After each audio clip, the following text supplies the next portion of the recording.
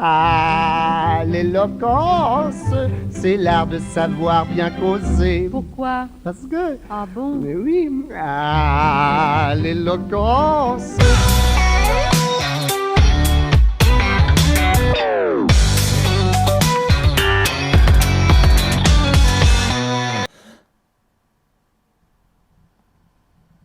Histomien, cher professeur, il m'échoit l'honneur de vous parler d'un sujet qui me tient à cœur, le développement au Sahel, le développement du Sahel. Par définition, un développement est l'action de faire croître, de progresser, de donner de l'ampleur, de se complexifier au cours du temps.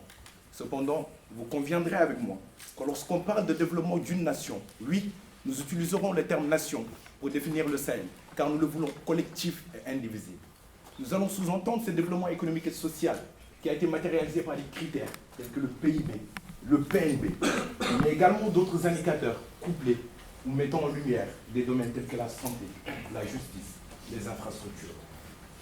Compte tenu donc de ces critères, cher auditoire, vous le savez, le berceau de l'humanité ne peut être considéré comme développé. L'Afrique des fiers guerriers dans les savanes ancestrales, à ce rendez-vous mondial, n'a pas été conviée.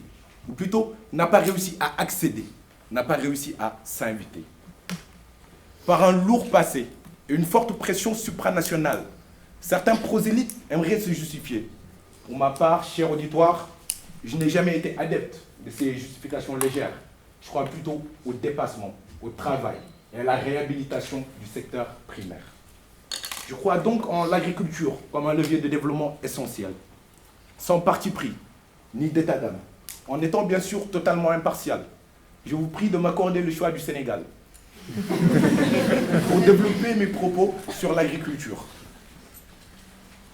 Outre le fait que le Sénégal ait été l'un des seuls pays à s'être qualifié en quart de finale de Coupe du Monde, dont je cesse quand même à certains frères sahéliens dont je tairai le nom, sinon mes amis maliens pourraient se sentir offusqués.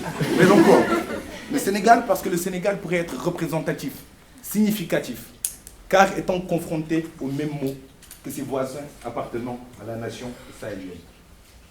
Cher auditoire, le pays de la Teranga fait tache d'huile à travers l'Afrique, de par son niveau de maturité démocratique, de par sa stabilité politique.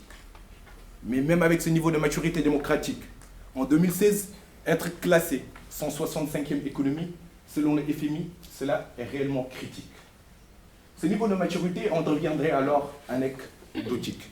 Cela est justement le reflet des difficultés auxquelles sont confrontés les Sénégalais.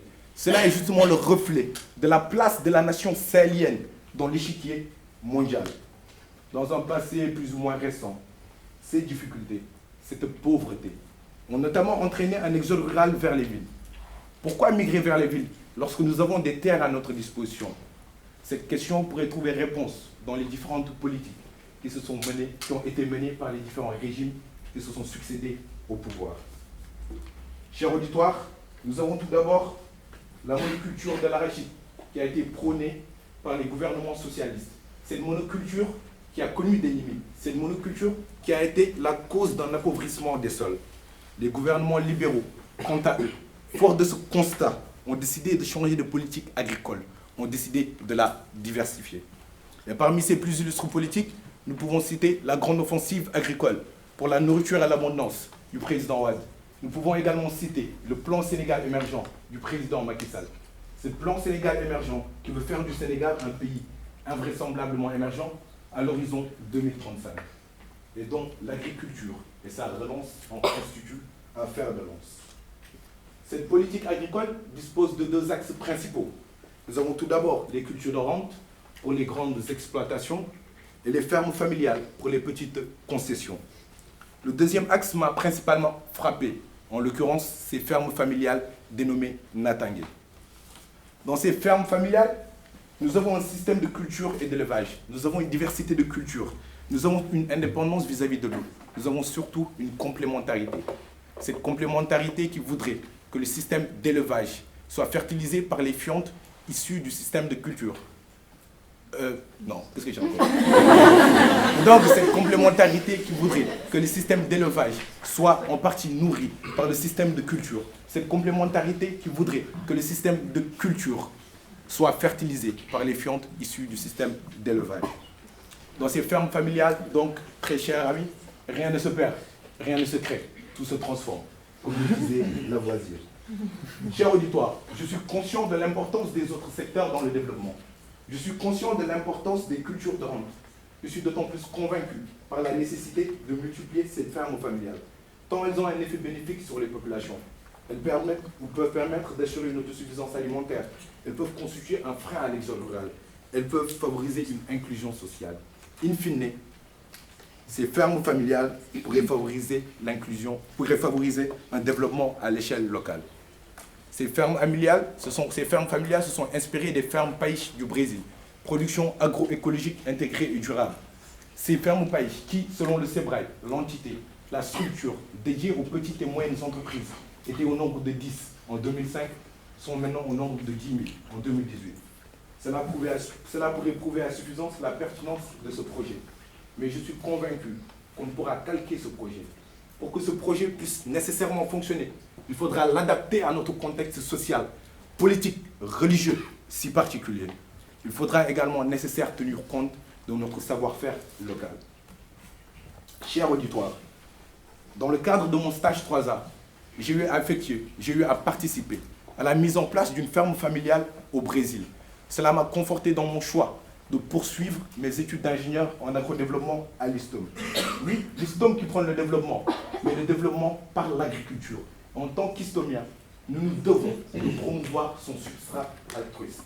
En parlant de substrat, nous allons faire face à un complexe enzyme-substrat, où le substrat fait référence, toujours dans cette allégorie, à nos valeurs, à nos ambitions. L'ISTOM, quant à elle, devra être considérée comme une enzyme qui devra nous façonner, qui devra nous catalyser, qui devra nous permettre d'obtenir des produits que nous appellerons consolidation des valeurs et connaissances agronomiques indispensables au développement.